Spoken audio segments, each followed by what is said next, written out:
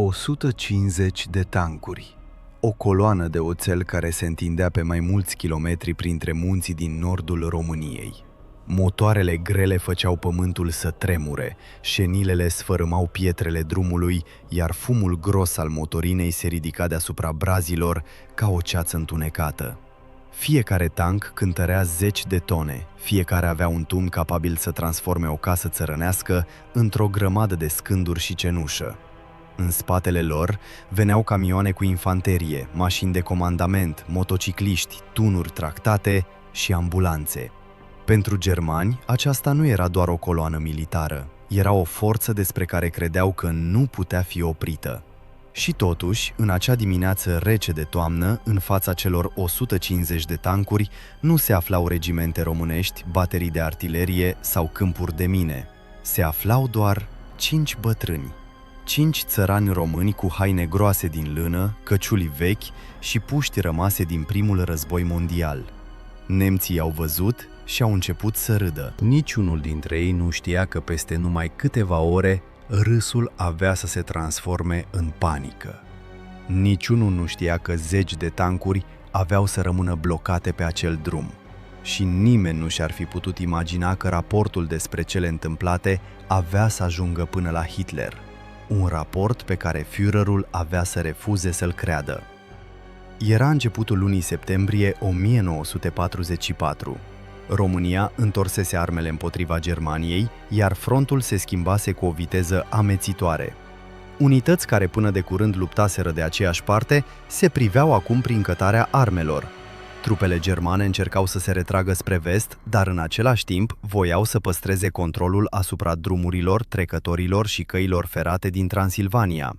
În nordul Carpaților, fiecare vale devenise importantă, fiecare pod putea hotărî soarta unei divizii, fiecare trecătoare putea deschide sau închide drumul spre Ungaria. Coloana germană condusă de majorul Friedrich Keller primise ordin să traverseze munții Rodnei și să ajungă înainte de lăsarea serii într-o vale aflată dincolo de creastă. Acolo trebuia să ocupe o intersecție strategică și să împiedice înaintarea trupelor române. Keller avea 38 de ani și purta crucea de fier la piept. Luptase în Polonia, în Franța, în Balcani și pe frontul de est.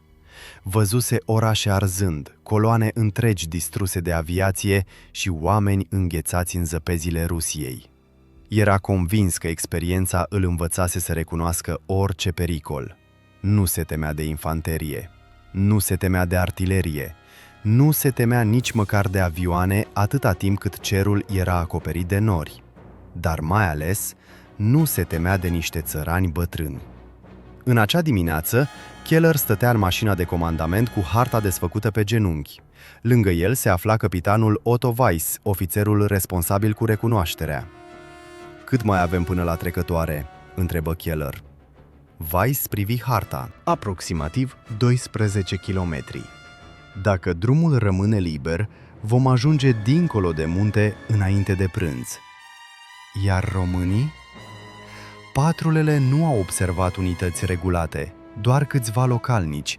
Satele par aproape părăsite. Keller zâmbi.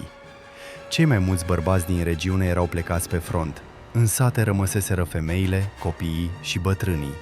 Nu exista nicio forță capabilă să se opună unei coloane blindate. "Atunci nu avem de ce să încetinim," spuse el. "Tancurile din față să păstreze distanța, nu vreau să pierdem timp." La ora 8:20, coloana a ajuns la intrarea într-o vale îngustă. Drumul urca lent printre stânci. În partea dreaptă se ridica un perete de piatră acoperit pe alocuri de mușchi. În stânga se deschidea o prăpastie adâncă, la fundul căreia curgea un pârâu umflat de ploile din zilele precedente. Tancurile puteau trece, dar numai unul câte unul. Nu exista suficient spațiu pentru întoarcere și nici pentru depășire. La câteva sute de metri în fața coloanei, motocicliștii unității de recunoaștere s-au oprit brusc. Locotenentul Hans Richter și-a ridicat binoclul.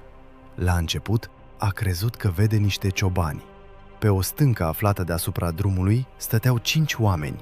Toți aveau părul alb sau cenușiu. Doi dintre ei se sprijineau în bastoane. Unul purta o pușcă lungă pe umăr, altul ținea frâul unui cal slab cu coastele vizibile. În apropiere se vedeau două căruțe vechi. Richter a privit mai atent.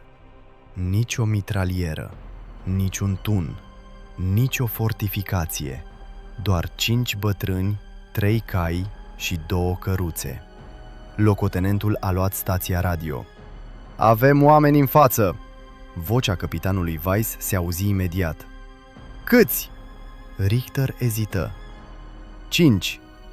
5 soldați? Nu chiar. Explicați. Richter își mușcă buzele ca să nu râdă. Par a fi localnici, bătrâni, foarte bătrâni. Unul dintre ei cred că are aproape 80 de ani. În mașina de comandament se lăsă tăcerea. Keller întoarse capul spre Weiss. Ce a spus? Capitanul ridică din numeri. 5 bătrâni, domnule major. Richter continuă. Au puști, dar armele par vechi. Probabil Mannlicher din războiul trecut. Nu observ alte forțe în zonă. Pentru câteva secunde, nimeni nu răspunse. Apoi, unul dintre operatorii radio izbucni în râs. Altul îl urmă. În scurt timp, toți cei aflați în mașina de comandament râdeau. Keller luă microfonul. Locotenente Richter, sunteți sigur că nu ați confundat o adunare de înmormântare cu o unitate militară?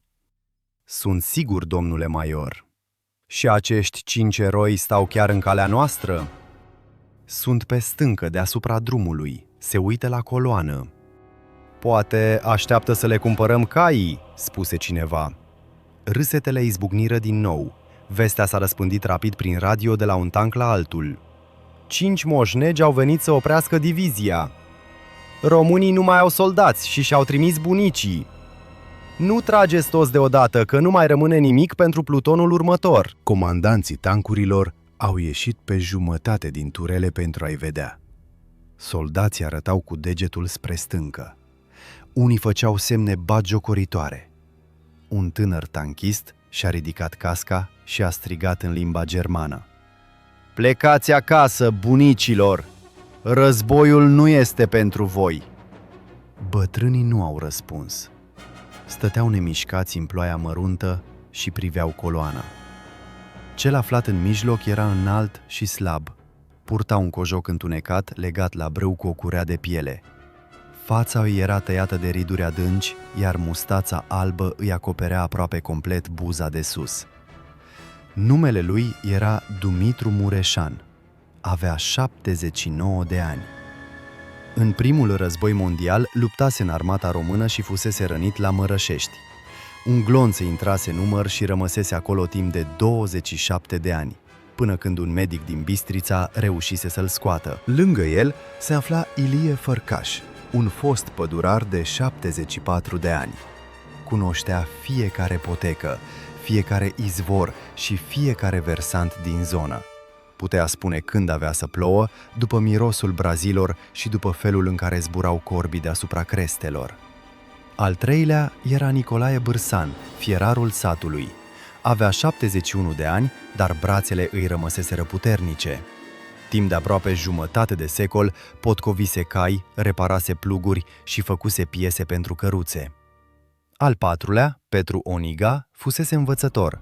Citea în română, maghiară și germană și fusese mobilizat ca translator în timpul primului război mondial. Ultimul era Vasile Danciu, un cioban tăcut de 77 de ani. Își petrecuse viața pe munte și putea traversa noaptea pădurile fără lumină, orientându-se doar după vânt și după zgomotul apelor. Cei 5 nu ajunseseră întâmplător acolo și nici căruțele lor nu erau goale. Cu o noapte înainte, aflaseră că tancurile germane se apropiau de satul Valea Seacă. În sat rămăseseră aproape 200 de femei, copii și bătrâni. Bărbații mai tineri se aflau în armată sau se ascunseseră în munți pentru a evita capturarea. Dacă nemții treceau prin defileu, ajungeau în Valea Seacă în mai puțin de 2 ore. Nimeni nu știa ce aveau să facă. Poate ar fi luat animalele și hrana, poate ar fi ars casele, poate ar fi împușcat oamenii pe care i-ar fi bănuit că ajută armata română. Dumitru și ceilalți hotărâseră că germanii trebuiau opriți, nu învinși, nu distruși, doar opriți suficient de mult pentru ca locuitorii satului să se retragă în munți și pentru ca unitățile românești aflate dincolo de creastă să pregătească apărarea. Majorul Keller nu știa nimic despre toate acestea. Pentru el, cei 5 reprezentau doar un spectacol ridicol. "Să nu folosiți tunurile," ordonă el. "Ar fi o risipă de muniție. O rafală de mitralieră va fi suficientă dacă încearcă ceva." "Să trimitem infanteria?" întrebă Weiss. "Nu, tancurile înaintează. Probabil vor fugi când vor vedea prima mașină apropiindu-se." Ordinul a fost transmis. Motorul tancului din frunte a răcnit mai puternic. Mecanicul conductor, sergentul Karl Brenner, a cuplat treapta de viteză și a pornit spre intrarea în defileu. Avea 42 de ani și condusese tancuri în toate campaniile importante ale Wehrmachtului. Prin fanta îngustă de observație vedea drumul umed și lucios. Ploase în timpul nopții, iar o burniță rece continua să cadă. Pietrele erau acoperite cu noroi, dar nimic nu părea neobișnuit. Comandantul tancului, locotenentul Richter, privea spre cei 5 bătrâni. "Ce credeți că vor face?" întrebă Brenner. "Vor fugi. Iar dacă nu fug, atunci vor muri." Tancul se apropia. 100 de metri, 80, 50. Dumitru Mureșan nu se mișcă. În jurul lui, ceilalți 4 bătrâni rămâneau la fel de liniștiți. "Acum?" șopti Nicolae. "Nu încă," răspunse Dumitru. "Sunt aproape." "Lasă-i să intre." Primul tank trecu pe lângă cele 2 căruțe abandonate la marginea drumului. Nimeni nu observă că pământul avea o culoare puțin diferită. Nimeni nu simți mirosul acoperit de fumul motoarelor și de umezeala pădurii. Șenilele intrară pe porțiunea pregătită în timpul nopții. La început, tancul înaintă normal. 10 metri, 20, 30, tanchiștii continuau să râdă. Majorul Keller privea prin binoclu, așteptând ca bătrânii să fugă. Dar cei 5 nu fugeau. Dumitru își scoase încet ceasul vechi din buzunarul cojocului. Privi limba secundarului, apoi ridică ochii spre cer. Norii negri coborau peste munte. Burnița devenea tot mai puternică. Ilie Fărcaș zâmbi pentru prima dată în acea dimineață. "Începe," spuse el. Sub șenilele primului tank, noroiul amestecat cu 10 de căruțe de bălegari de cal începea să se transforme într-o pastă groasă și alunecoasă. Sergentul Brenner simți o ușoară vibrație în manete. Tancul nu mai răspundea la fel de precis. "Ce naiba e asta?" murmură el. Locotenentul Richter se aplecă spre interiorul turelei. "Ce s-a întâmplat?" "Nu știu, șenilele alunecă." Brenner reduse viteza. Tancul continuă să înainteze, dar partea din spate începu să se deplaseze încet spre marginea prăpastiei. "Corectează direcția!" strigă Richter. "Asta încerc!" Sergentul trase de manete. Motorul urlă. Șenilele se învârtiră, aruncând în aer un amestec întunecat de apă, lut și bălegar. Dar tancul nu reveni pe mijlocul drumului. Alunecă și mai mult. Râsetele din stațiile radio se opriră unul câte unul. Dumitru Mureșan își puse ceasul înapoi în buzunar. "Acum," spuse el. Primul tank german se afla la mai puțin de 2 metri de marginea prăpastiei, iar în spatele lui alte 149 de mașini continuau să înainteze. În satul Valea Seacă nu mai rămăseseră aproape deloc bărbați pe care lumea să-i poată numi apărători. Cei tineri plecaseră pe front cu ani în urmă. Unii muriseră, alții dispăruseră fără urmă, iar ceilalți nu mai dăduseră niciun semn.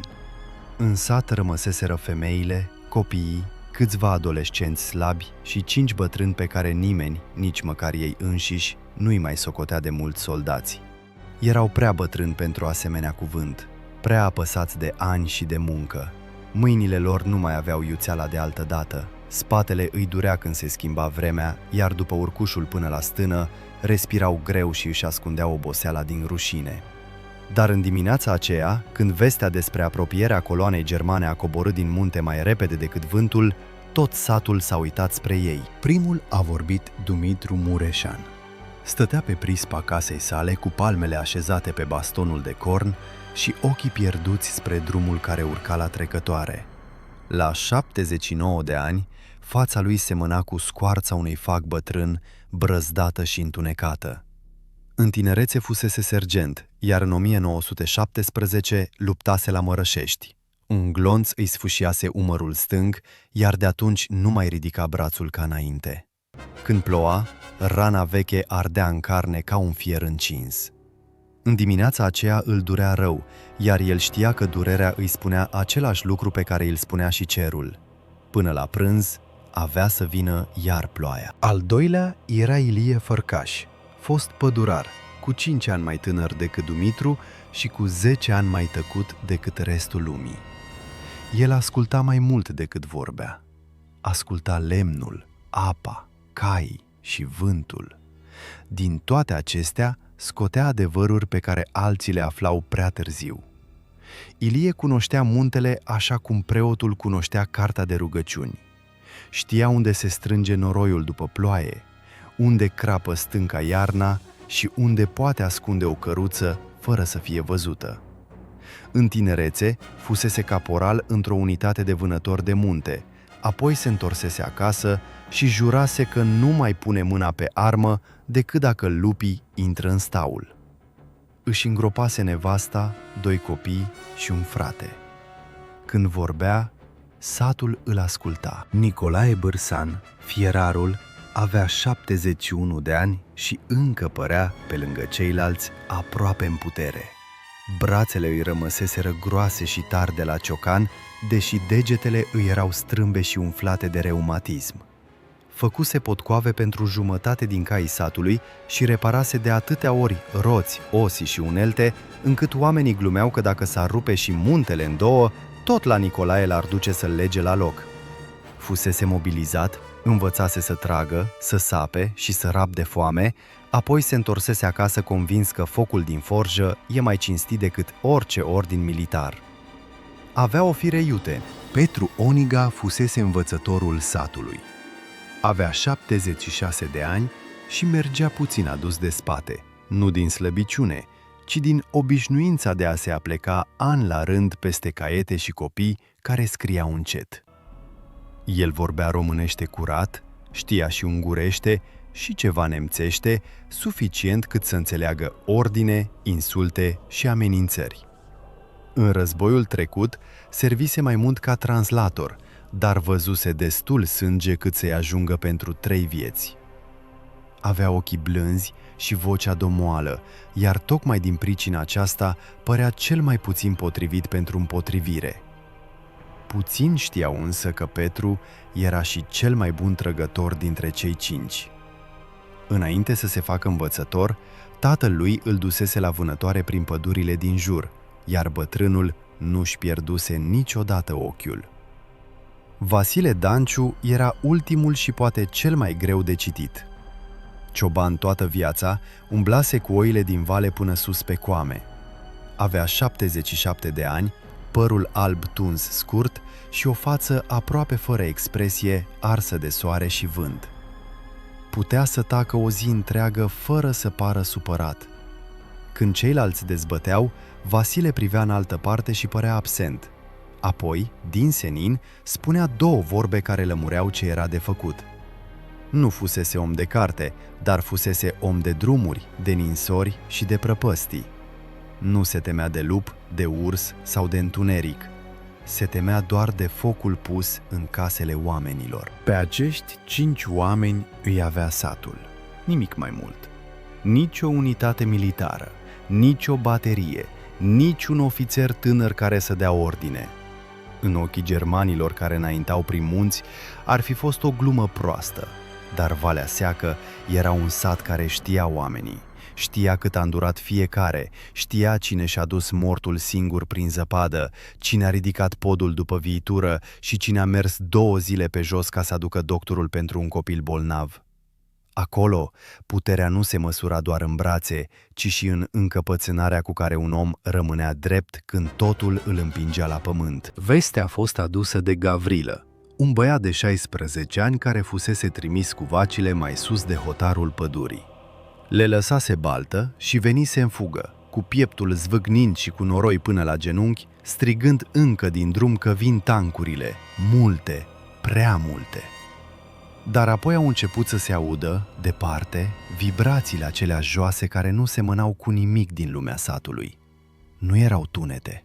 Era un zgomot greu, metalic, care părea să urce prin pământ mai întâi și abia apoi prin aer.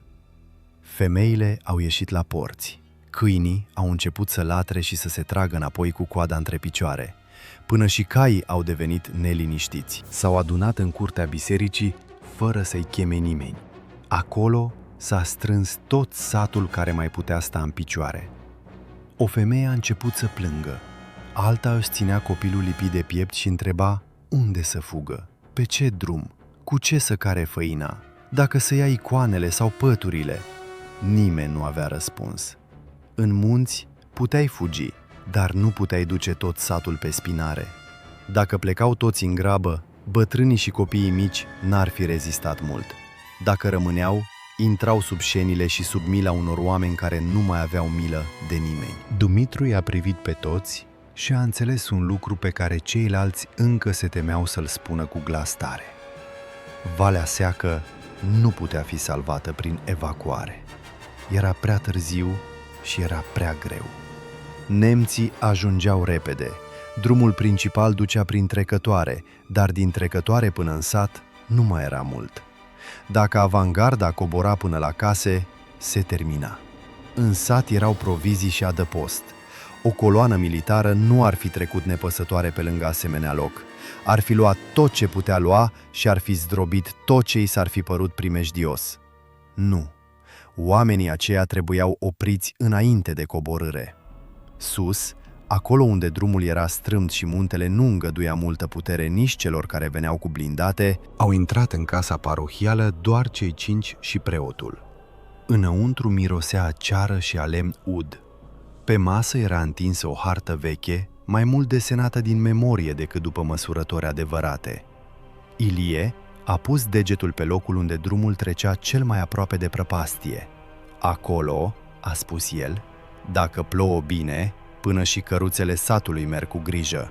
Pământul e amestecat cu lut galben și piatră mărunțită. Când se îmbibă, alunecă.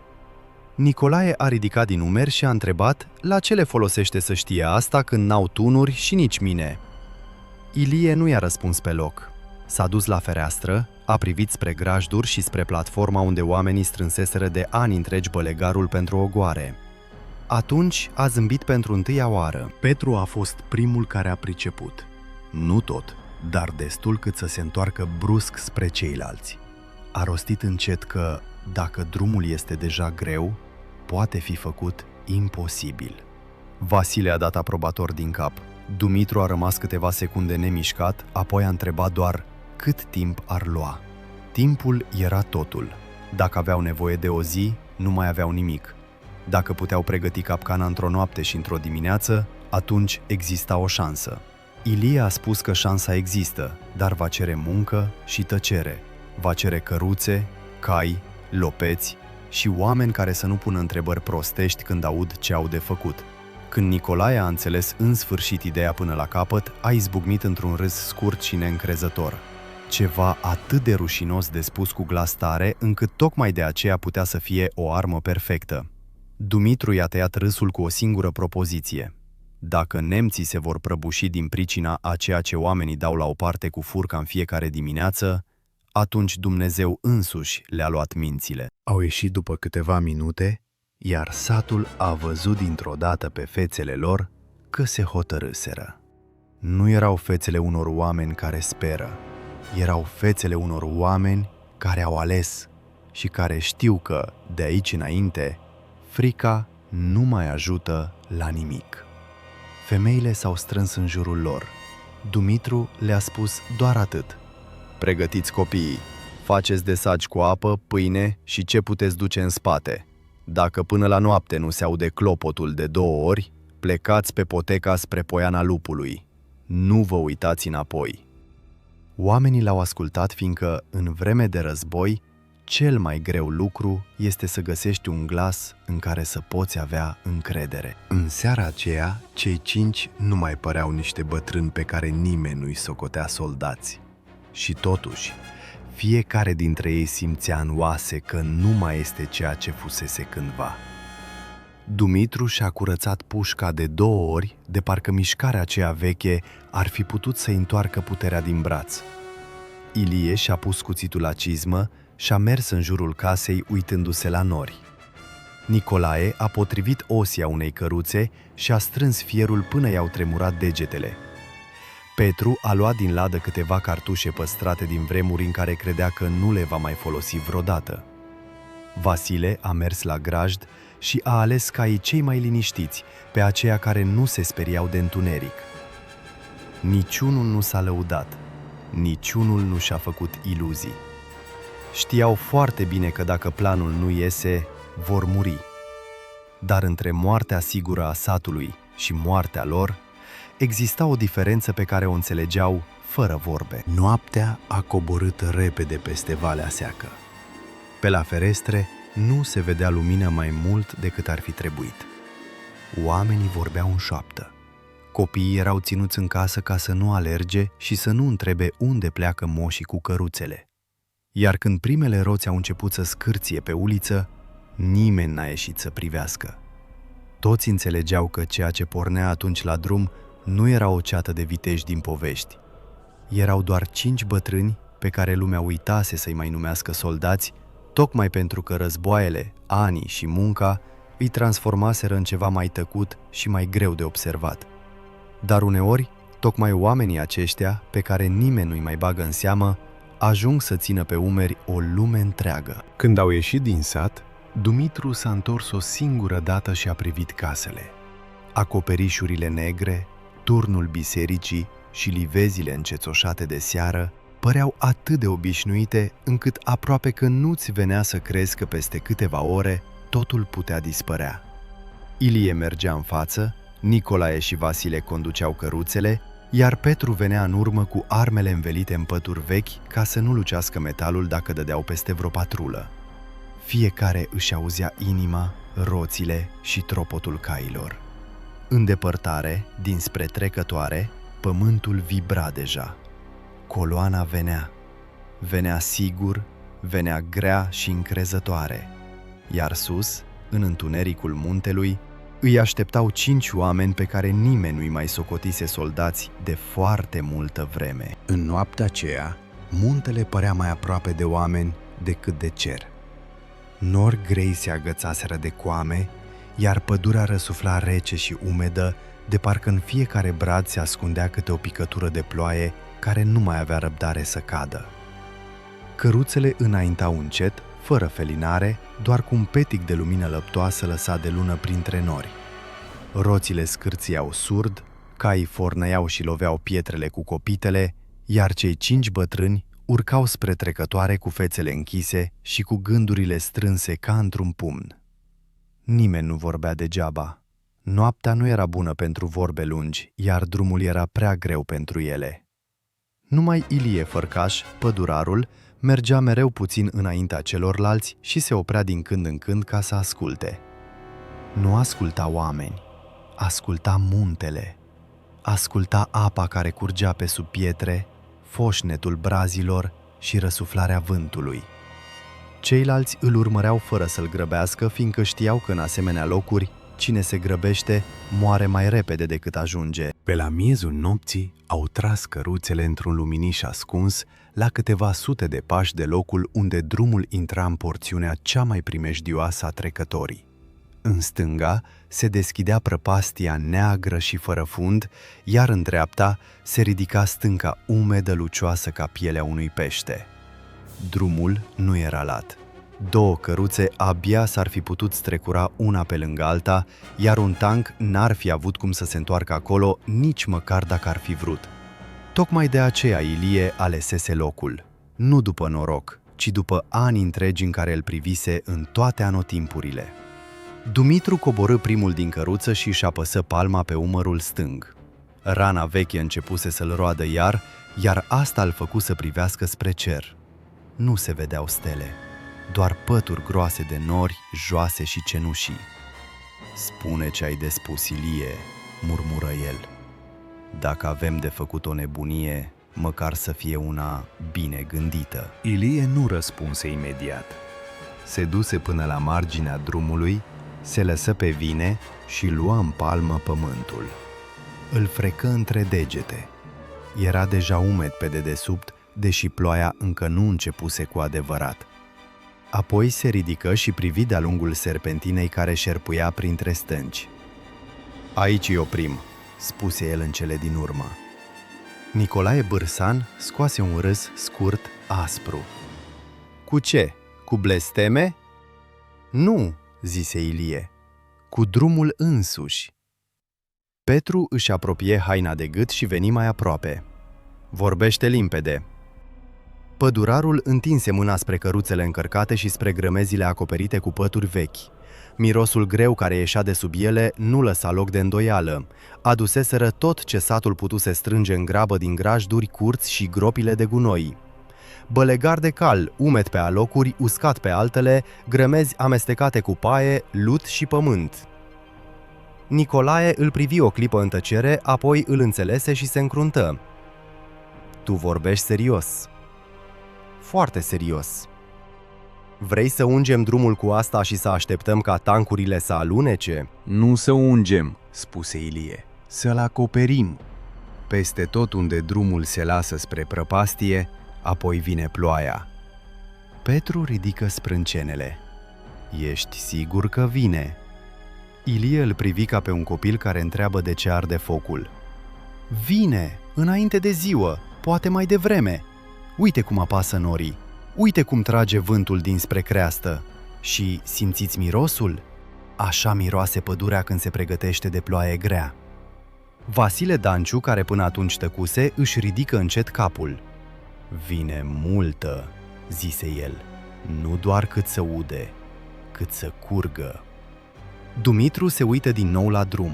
La lumina slabă părea doar o dâră de pământ între stâncă și gol, nimic deosebit, nimic care să poată opri o coloană de 150 de tancuri. Dar el nu fusese niciodată omul care să râdă prea repede de ce nu înțelegea. "Și dacă ai dreptate?" întrebă el. Ilie se apropie și începu să deseneze cu vârful cizmei pe pământul umed.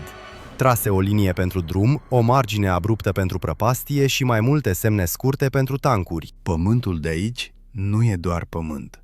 E lut cu piatră măruntă și praf de calcar. Când plouă, se face moale și lunecos. Când mai pui peste el bălegar, apă și paie zdrobite de șenile, se transformă în ceva ce nu ține nici căruță, nici cal, nici om. Dar un tank greu, care vine cu încredere și fără să știe, ăla se duce singur în margine. Nu repede, tocmai asta-i bine. Se duce încet, iar cel din spate nu înțelege de ce. Frânează, virează, împinge, se blochează toți." Nicolae clătină din cap. "Și dacă nu se duc? Dacă doar murdărim drumul și atât?" "Atunci măcar îi încetinim." "Și dacă se împotmolesc doi, ceilalți rămân în urmă?" "Dacă rămân în urmă, noi tragem din stâncă. Nu ca să-i omorâm pe toți, n-avem cu ce. Tragem ca să-i ținem jos, să nu poată curăța drumul, să nu lege cabluri, să nu-și scoată mașinile una pe alta. Înțelegeți? Nu trebuie să-i batem, trebuie doar să-i încurcăm până când ziua se întoarce împotriva lor." Petru se uită atent la desen și apoi la serpentină. Mintea lui de învățător căuta întotdeauna ordinea, iar ordinea planului începea să îi se arate. Primul tank intră, pierde aderența și se lasă într-o parte. Al doilea nu mai are loc. Al treilea lovește. Al patrulea oprește prea târziu. Da, dacă drumul e atât de rău pe cât spui tu, se poate. Nu se poate, îl corectă Nicolae. Ori se întâmplă, ori murim. Toate lucrurile mari sunt la fel, răspunse Dumitru. Mai întâi par imposibile, apoi se fac. Bătrânii tăcură. În tăcerea aceea, planul căpăta greutate. Până atunci, fusese doar o nebunie spusă cu glas tare. Acum, începea să semene cu singura lor șansă. Asta îl făcea și mai înspăimântător. Când ai o singură șansă, nu-ți mai permiți nici să râzi, nici să fii mândru. Ilie își scoase căciula și își trecu mâna prin părul alb, ud deja de umezeala aerului. Mai e ceva. Nu trebuie să punem mormane. Dacă lăsăm grămezi, le văd. Trebuie întins subțire și peste tot. Să pară noroi obișnuit. Un strat care să intre sub șenile, să se amestece cu apa și să nu se poată curăța dintr-o dată. Aici, aici și aici, zise el, arătând 3 porțiuni unde drumul se înclina cel mai tare spre hău. Acolo lucrăm mai mult, restul doar cât să nu-și dea seama. Cât timp ne trebuie? Întrebă Dumitru. Dacă muncim toți și nu ne oprim, până spre ziua, dar fără băieții din sat, n-avem destule brațe. Dumitru se gândi doar o clipă. Pe băieții chemăm pentru cărat, nu pentru luptă. Ei se întorc înainte să se lumineze. Vasile dădu aprobator din cap. El înțelegea cel mai bine că fiecare om trebuia folosit pentru ce putea. Curajul fără rost era doar alt fel de prostie. Petru se duse până la una dintre căruțe și ridică pătura. Mirosul îi izbi pe toți, greu și cald. Dacă ne-ar vedea cineva acum, zise el aproape zâmbind, ar crede că am înnebunit cu toții. Poate că asta și trebuie, spuse Nicolae. Poate numai un nebun poate opri tancurile cu bălegar. Ilie se întoarse spre el și pentru prima oară în noaptea aceea i se văzu pe față o urmă de asprime. Nu-i bălegar, Nicolae, e timp. Timp pe care îl facem cu mâinile noastre. Fiecare lopată înseamnă 1 minut, fiecare căruță poate 10. Dacă ținem coloana 6 ore, satul trăiește. Dacă o ținem mai mult, poate ajung și soldații noștri din vale. Nu mai râde de ce cărăm. În noaptea asta valorează mai mult decât un tun. Cuvintele lui au rămas între ei ca niște cuie bătute în lemn. Nimeni n-a mai glumit după aceea. Au adus băieții mai mari din sat, pe Gavrilă, pe frații Sima și pe încă 3 flăcăi de 14-15 ani și le-au spus scurt ce au de făcut. Nici băieții n-au râs. Frica îi făcuse bărbați înainte de vreme. Au început munca. Lopată după lopată. Brațele bătrâne se ridicau și coborau într-un ritm încăpățânat, fără grabă oarbă, dar fără odihnă. Întindeau amestecul pe drum, îl călcau cu picioarele, îl rupeau în bucăți mai mici, îl împingeau spre marginile unde urma să se strângă apa. Ilie trecea mereu în față și spunea unde mai trebuie, unde e prea gros, unde trebuie amestecat cu lut de pe margine. Nicolae înjura printre dinți când îi se înțepenea spatele, apoi ridica din nou lopata. Petru, deși mai slab la trup, era metodic și atent. Vasile lucra fără să scoată un sunet, iar când termina într-un loc, dispărea în întuneric și apărea în altul, de parcă muntele însuși îl purta. Pe la 2 noaptea, prima ploaie a venit în picături dese și reci. Nu încă furtună, dar destul cât să schimbe drumul sub ochii lor. Pământul a început să se înmoaie. Stratul întins de ei s-a întunecat și s-a aplatizat, lipindu-se de lut ca și cum ar fi făcut parte din el dintotdeauna. Ilie s-a oprit și a privit lung suprafața umedă. Așa, șopti el, exact așa. Dumitru veni lângă el. Încă mai crezi că merge? Acum cred și mai mult. Eu încă nu-mi vine să cred că ne-am pus viața satului într-o asemenea mâzgă. Ilie se uită la el fără umbră de zâmbet. Dumitre, în pădure am văzut urs împiedicându-se de rădăcini și oameni murind de la o piatră prost călcată. Nu există lucru mic când muntele te hotărăște. Greutatea mare cade de la puțin. Tancul nu se teme de glonțul nostru, dar nici nu știe de ce trebuie să se teamă. Dumitru aprobă încet. Asta era poate partea cea mai puternică a planului. Nu lovitura, ci surpriza.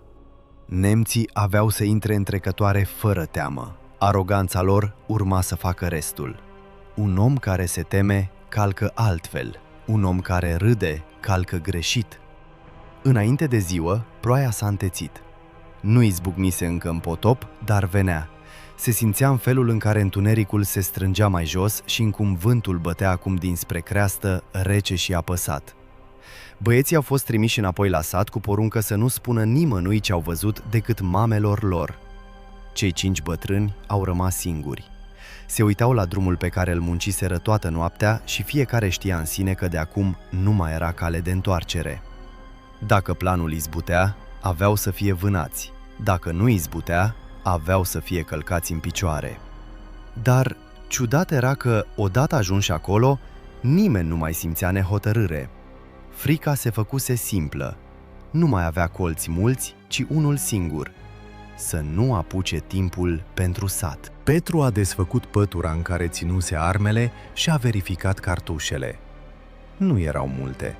Prea puține pentru un război adevărat, dar poate destule pentru felul lor de război. Dacă intră în capcană, unde ne așezăm? Întrebă el. Ilie arătă spre stânca de deasupra cotului. Acolo. Avem vedere bună și ei nu pot ridica tunul atât de sus.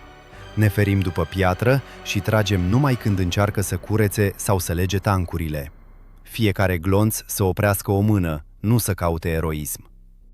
Și dacă vin pe sus după noi? Întrebă Nicolae. Nu vin repede pe ploaie, răspunse Vasile, și nici nu cunosc brâna. Dacă urcă orbește, îi alege muntele. Dumitru își încărcă pușca și privi spre marginea prăpastiei, unde deja apa începea să curgă în firicele lucioase. Bun, atunci asta facem. Mai întâi îi lăsăm să intre, apoi îi ținem acolo. Să nu tragă nimeni prea devreme. Să creadă până în ultima clipă că noi suntem doar 5 bătrâni care se uită la ei.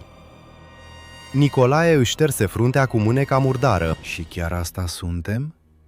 Dumitru îl privi lung. Atunci să fie de ajuns. În clipa aceea, cerul s-a deschis cu un tunet surd, iar ploaia a venit dintr-o dată, grea, deasă, aproape albă în lumina dimineții care încerca să se nască printre nori. Picăturile loveau drumul, pădurile și stâncile cu o furie care făcea tot muntele să pară viu. Sub ele, stratul întins peste noapte se înmuia, se amesteca, se transforma. Nu mai semăna cu nimic clar, era doar o pastă grea, lipicioasă și lucioasă, întinsă exact unde trebuia. Ilie Fărcaș își ridică fața spre ploaie și închise ochii o clipă.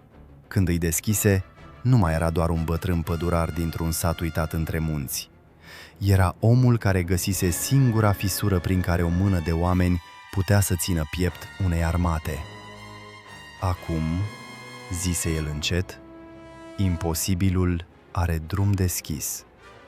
Și undeva, departe, dincolo de următoarea curbură a muntelui, pământul începu să tremure sub apropierea tancurilor germane. Dimineața nu a venit deodată peste trecătoare, ci s-a strecurat încet printre nori ca o lumină slabă și rece. Ploaia cădea fără oprire, lovind stânca, pădurea și drumul cu aceeași încăpățânare. Tot ce fusese tare peste noapte devenise moale, întunecat și lucios. Pe porțiunea pregătită de cei 5 bătrâni se întindea acum o pastă murdară și lipicioasă care nu mai semăna nici cu noroiul obișnuit, nici cu pământul muntelui. Dumitru Mureșan stătea culcat după o stâncă înaltă, cu pușca sprijinită pe braț. De sus, vedea intrarea în porțiunea îngustă a drumului și cotul unde prăpastia se deschidea larg. Nu vorbea. Respira rar și asculta. Toți ascultau. Când a venit primul huruit, niciunul dintre ei nu s-a mișcat. Sunetul urca prin piatră înainte să ajungă prin aer. Era un zgomot greu, de metal și putere. Ilie Fărcaș își lipi obrazul de stâncă și privi spre drumul ascuns după curbă. Au intrat în vale, șopti el. Nimeni nu-i răspunse. De acum, totul ținea de ploaie, de greutatea tancurilor și de încrederea oarbă cu care germanii aveau să înainteze. Mai întâi s-au văzut motocicliștii. Două umbre întunecate cu mantale ude lipite de trup apărură dintre brazi și intrară pe serpentină. Primul a frânat o clipă lângă una dintre căruțele abandonate pe margine, a privit în sus spre stânci și a strigat ceva în germană. Celălalt a ridicat din numeri. Probabil nu văzuseră nimic primejdios. Căruțele păreau părăsite în grabă. Au plecat mai departe. După ei a venit primul tank. A apărut lent dintre perdelele de ploaie, masiv și lucios, cu țeava tunului îndreptată înainte. Părea, chiar și de sus, uriaș. În turelă se vedea capul unui ofițer, iar în spatele tancului, încă pierdute în curbă, se ghiceau formele altor blindate. Nicolae Bârsan își umezi buzele. "Prea mare," murmură el. "Cu atât mai bine," răspunse Dumitru. Tancul înainta fără grabă, dar fără teamă. Trecu de prima căruță, apoi de a doua. Motorul răcni mai tare. Comandantul din turelă ridică binoclul spre stânci, dar nu trase nimeni și nu se auzi nicio alarmă. Tancul continua să vină. A intrat pe porțiunea pregătită în timpul nopții, aproape cu nepăsare. Primele metri nu s-a întâmplat nimic. Șenilele au strivit amestecul și l-au împins în lături. Tancul a mers înainte, la fel de sigur ca până atunci. Petru Oniga își ținu respirația. Nicolae își strânse pușca atât de tare încât îi albiră degetele. "Poate n-ajunge," șopti el. Ilie îl opri cu o mișcare scurtă din palmă. La al 6-lea sau al 7-lea metru, mersul tancului s-a schimbat. Nu brusc, ci subtil. Partea din spate s-a legănat o clipă, ca și cum drumul i-ar fi fugit puțin de sub șenile. Apoi s-a redresat. Tancul a mai înaintat câțiva metri, dar acum mergea altfel, mai greu, mai apăsat. Ofițerul se întoarse și strigă ceva înăuntru. Probabil un ordin simplu. "Mai încet, atenție la margine!" Dar era prea târziu. Tancul se afla deja acolo unde drumul înclina spre prăpastie. Apa se adunase pe partea dinspre hău, iar amestecul de lut, bălegar și paie zdrobite se făcuse neted ca săpunul. Când mecanicul a încercat să corecteze direcția, șenila din dreapta a mușcat în gol. Tancul s-a smucit. Nu mult, doar cât să schimbe totul. Partea din spate a alunecat o palmă spre margine, apoi încă una. Șenilele au început să se învârtească mai repede, aruncând în aer stropi grei și negri. Motorul a urlat. Blindatul nu mai mergea înainte în linie dreaptă, ci se deplasa oblic, cu botul încă pe drum și cu trupul tot mai atras spre gol. Înăuntrul tancului, oamenii trebuie să fi înțeles și ei. Ofițerul se aplecă în jos strigând. Motorul răgni până la limită. Șenilele scormoneau, dar nu prindeau. Fiecare încercare de a ieși îl făcea să se ducă și mai mult în lateral. Prăpastia nu primește argumente, primește numai greutate. Tancul mai alunecă puțin, apoi încă puțin. Ofițerul ieși până la brâu din turelă și făcu semne disperate spre tancul din spate. Se auzeau strigătele lui răstălmăcite de ploaie și motor. Al doilea tank apăruse deja după curbă, și el frâna, și el încerca să păstreze distanța, dar drumul ud nu-i mai aparținea nici lui. Marginea de piatră de sub șenila stângă începea să cedeze. Bucăți mici se desprindeau și cădeau în gol. Blindatul se înclină mai tare. O clipă păru că se oprește. Apoi, una dintre șenile se ridică aproape imperceptibil. Două trape s-au deschis deodată. Un soldat a sărit primul, a căzut în genunchi și a fugit spre stâncă. Al doilea a ieșit după el. Al treilea s-a aruncat pe burtă în noroi. Ofițerul încă striga. Poate ordine, poate rugăciuni. Nu mai conta.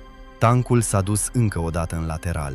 Apoi, drumul de sub el s-a rupt. Nu s-a prăbușit imediat, ci s-a plecat, parcă nehotărât, peste margine.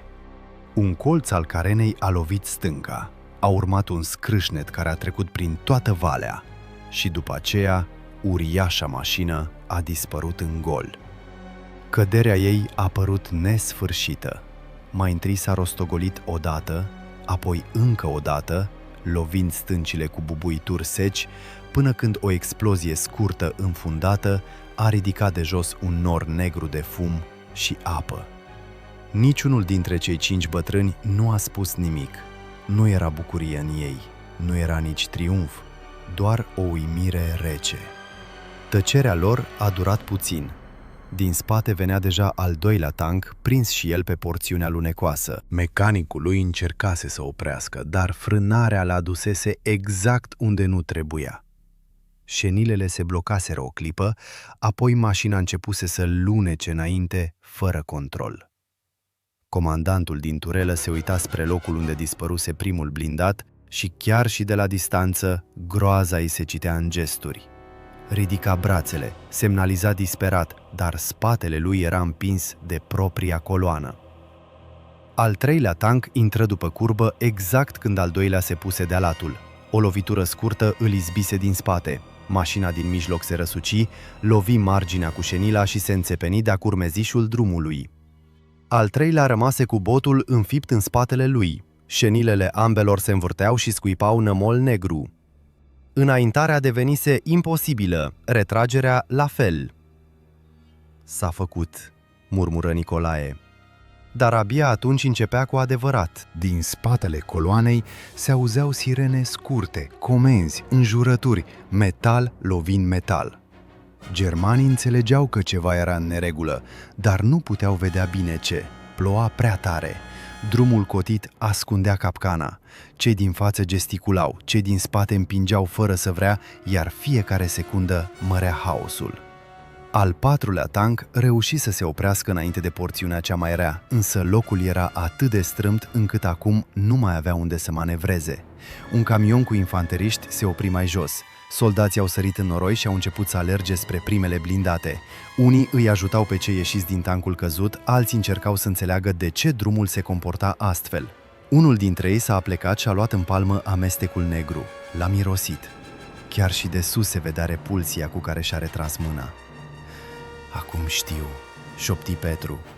"Prea târziu," răspunse Ilie. Un ofițer german în manta lungă înainta printre tancuri și urla ordine.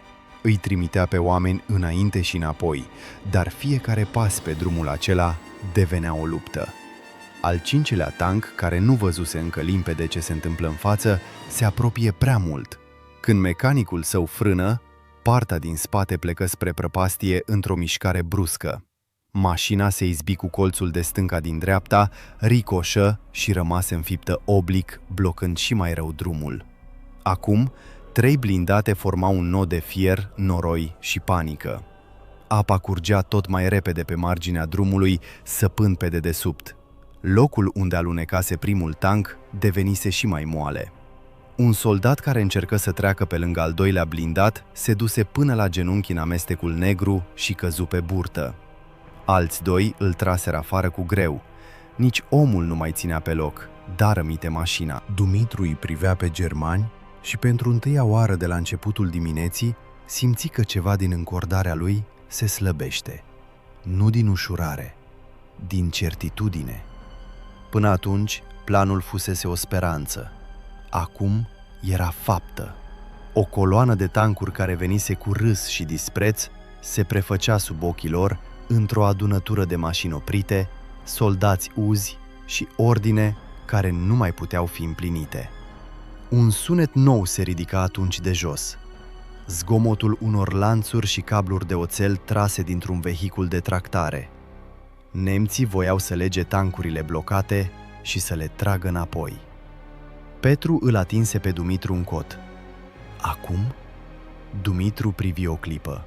3 soldați alergau cu cablul spre blindatul din mijloc, iar ofițerul în manta îi acoperea cu gesturi disperate. Dacă reușeau să lege și să tragă, poate deschideau un spațiu. Nu puteau lăsa asta să se întâmple. "Acum," spuse el. Primul foc a tras Petru. Pușca lui veche a bubuit sec, iar glonțul a lovit stânca chiar lângă ofițerul în manta. Omul s-a ferit instinctiv și a căzut în noroi. Al doilea foc, al lui Dumitru, a lovit unul dintre soldații care duceau cablul. Omul s-a răsucit și a căzut într-o parte, trăgându-l după el pe celălalt. Nicolae și Vasile au tras aproape în același timp, nu ca să ucidă la întâmplare, ci ca să facă locul de sub șenile de nelocuit. Într-un spațiu atât de strâmt, fiecare împușcătură suna dublu. Ecoul se izbea de pereții muntelui și se întorcea. Germanii nu puteau vedea clar de unde se trage, știau doar că sus, în ceață și ploaie, cineva îi lovește exact în clipele în care încearcă să scoată mașinile. Soldații s-au aruncat după roți și după blindaje. Cablul a rămas în mijlocul drumului, ud și murdar. Mai rar, spuse Dumitru, să creadă că suntem mai mulți. Au tras apoi cu pauze, mereu când cineva încerca să se ridice, să alerge, să lege ceva. Nu era foc de bătălie, era foc de interdicție, rece și răbdător. Până la amiază, trecătoarea nu mai semăna deloc cu drumul pe care îl văzuseră la ziua. Era un gât înfundat cu fier. Un tank jos, sfărâmat în prăpastie, două blocate de-a curmezișul, unul înfipt în stâncă, altul răsucit cu șenila ieșită, camioane oprite, motociclete căzute, oameni alergând fără să ajungă nicăieri. Toată puterea aceea ordonată se transformase într-o îngrămădire neputincioasă și peste toate ploua. Nu ploaie de vară care vine și trece, ci ploaie de munte, rece și lungă. Apa nu doar înmuia, ștergea urme, săpa margini și făcea locul să se schimbe mereu. Chiar dacă germanii ar fi priceput dintr-o dată tot planul, tot n-ar fi putut readuce drumul la ce fusese. Ilie Fărcaș se uită lung la valea blocată și spuse încet: acum muntele luptă pentru noi. Niciunul dintre ceilalți nu i-a răspuns. Ei pregătiseră doar începutul. Restul îl făceau ploaia, pământul și greutatea oarbă a celor care veniseră să treacă pe acolo ca prin curtea lor. Și jos, printre blindatele împotmolite și soldații care nu mai înțelegeau cum de li se întâmplă așa ceva, râsul de dimineață murise cu desăvârșire. Ploaia nu se oprea și părea că nici nu mai cade din cer, ci izvorăște din munte, din stâncă, din brazi și din fiecare palmă de pământ. Trecătoarea se umpluse de apă, de aburi reci și de zgomot. Motoarele tancurilor urlau, metalul lovea metalul, ofițerii germani strigau ordine, iar peste toate acestea, la răstimpuri tot mai apăsătoare, se auzea bubuitul sec al celor 5 puști vechi. Nu trăgeau repede, nu trăgeau la întâmplare, dar fiecare foc venea în clipa potrivită și lovea acolo unde durea cel mai tare, nu în blindaj, nu în oțel, ci în voința celor de jos. Dumitru Mureșan știa că nu au voie să se lase duși de furia momentului. Nu era o luptă în care să golești arma și să speri la minune. Era o luptă de răbdare, o luptă în care 5 oameni bătrâni trebuiau să pară mai mulți, mai bine ascunși și mai siguri pe ei decât erau în realitate. Dacă germanii și-ar fi dat seama că deasupra lor nu se afla decât o mână de oameni cu puține cartușe, s-ar fi strâns, ar fi urcat sau ar fi deschis focul la întâmplare până i-ar fi măturat. Tocmai de aceea Dumitru îi oprea mereu din gesturi scurte, cerând economie și sânge rece. Jos, pe drumul blocat, haosul începea să capete formă militară. Germanii nu mai râdeau, dar nici nu cedau. Un ofițer cu manta scurtă alergă de la un blindat la altul, a plecat de ploaie și începu să organizeze oamenii în grupe.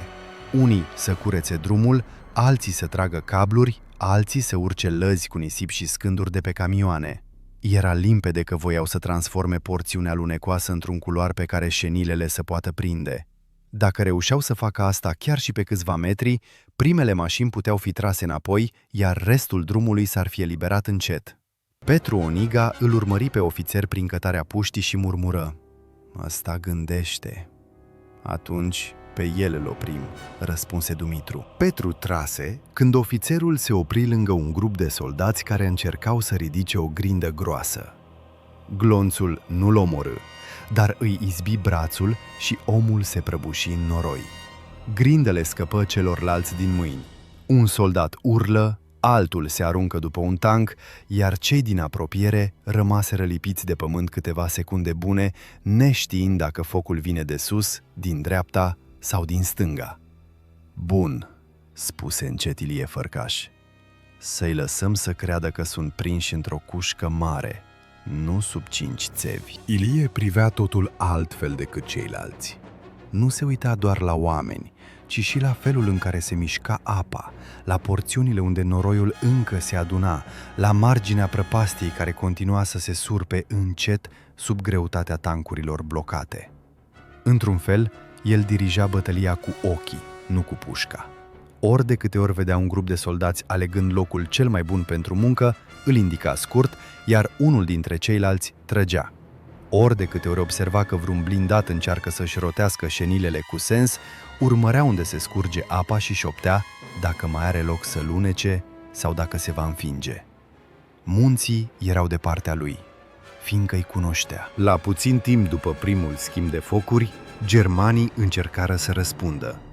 O mitralieră fu trasă pe marginea drumului și așezată între două roți de camion. Țeava ei urcă spre stânci, bâșbâind printre perdelele de ploaie.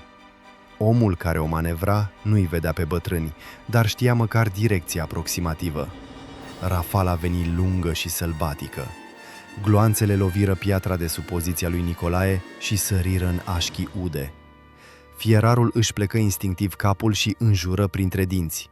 "Ne-au prins!" "Nu," zise Petru, "doar au ghicit." Dumitru așteptă ca mitralierul să schimbe încărcătorul și apoi îi făcu semn lui Vasile. Ciobanul trase fără grabă. Omul de jos se răsuci pe jumătate, apucă mitraliera cu ambele mâini și căzu peste ea. A doua rafală nu mai veni.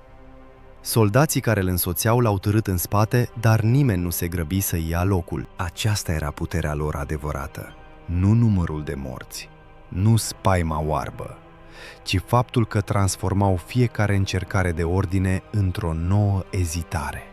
O coloană de tancuri poate suporta noroi, poate suporta ploaie, poate suporta și pierderi, atâta timp cât știe cine comandă și ce urmează.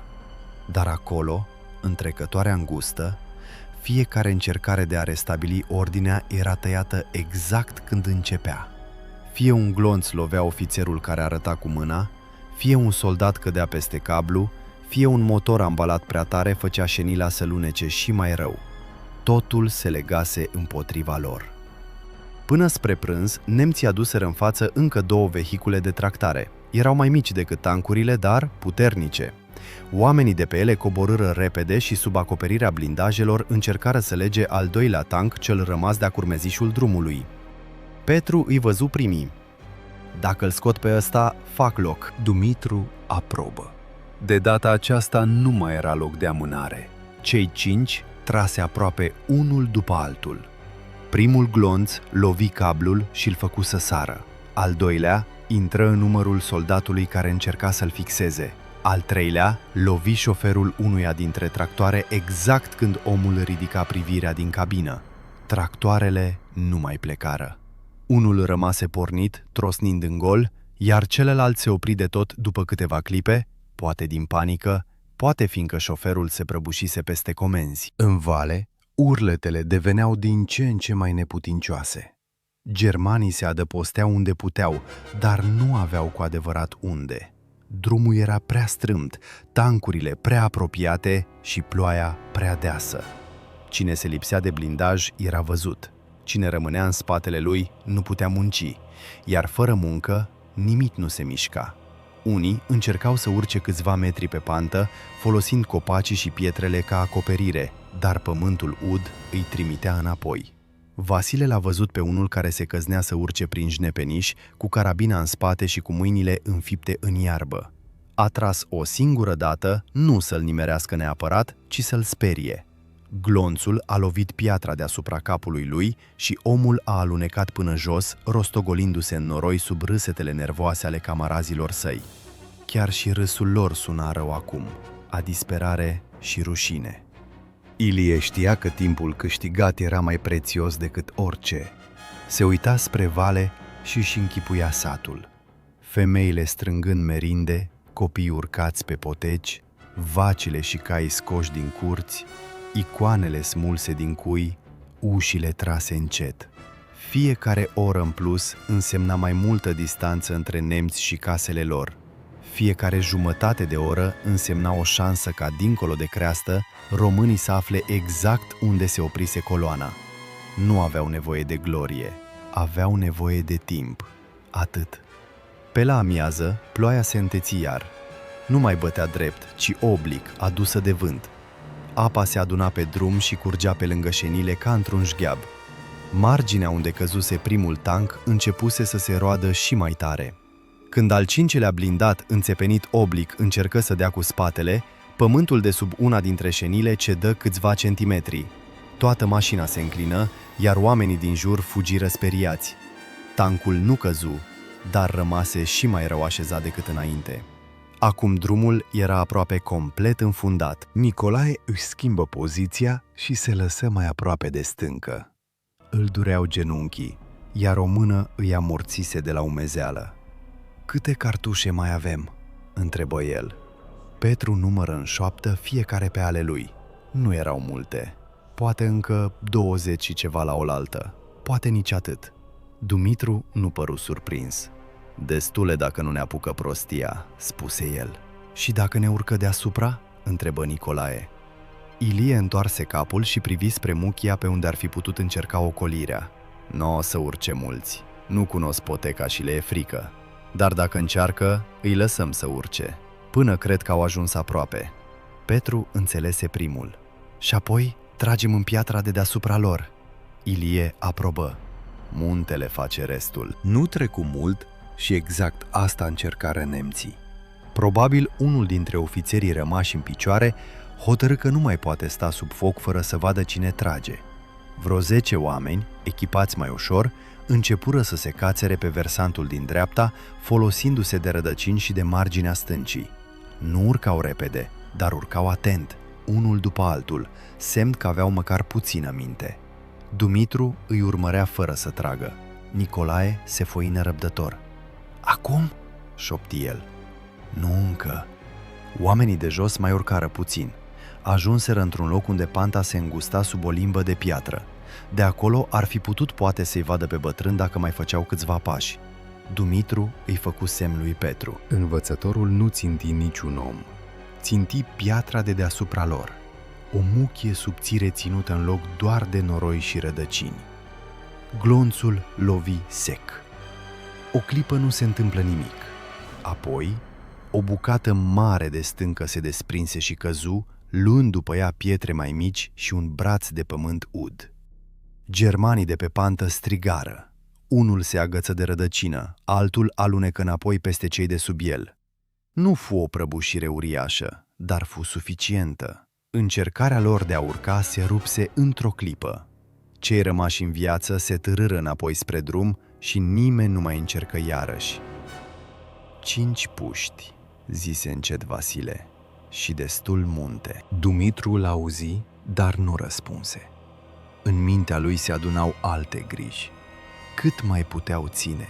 Cât mai dura până când germanii, scoși din minți, aveau să aducă tunurile și să bată versantul bucată cu bucată? Cât mai rezistau oasele lor în frigul acela? Și totuși, ori de câte ori privea în jos, vedea același lucru. 150 de tancuri care nu înaintau. Unele blocate, altele oprite, toate ținute pe loc de drumul devenit capcană și de focul lor rar. Spre după-amiază, nemții începură să tragă la întâmplare în stânci.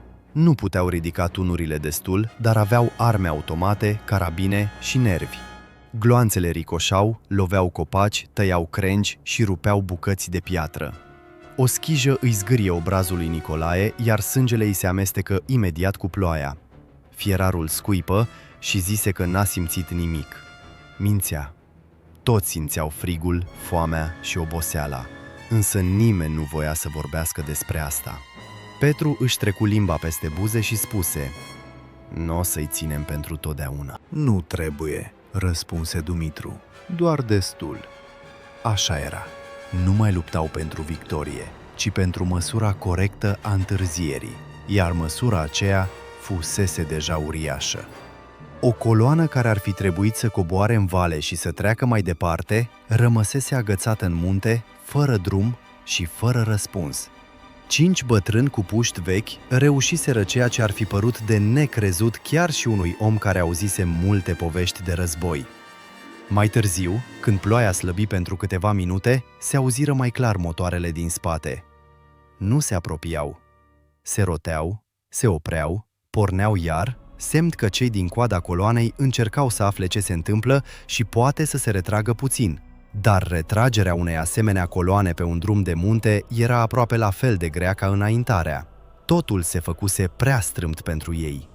Prea multă greutate, prea puțin loc, prea puțină minte lăsată de rușine. Dumitru privi spre vale o clipă mai lungă și simți ceva ce nu mai simțise de ani buni.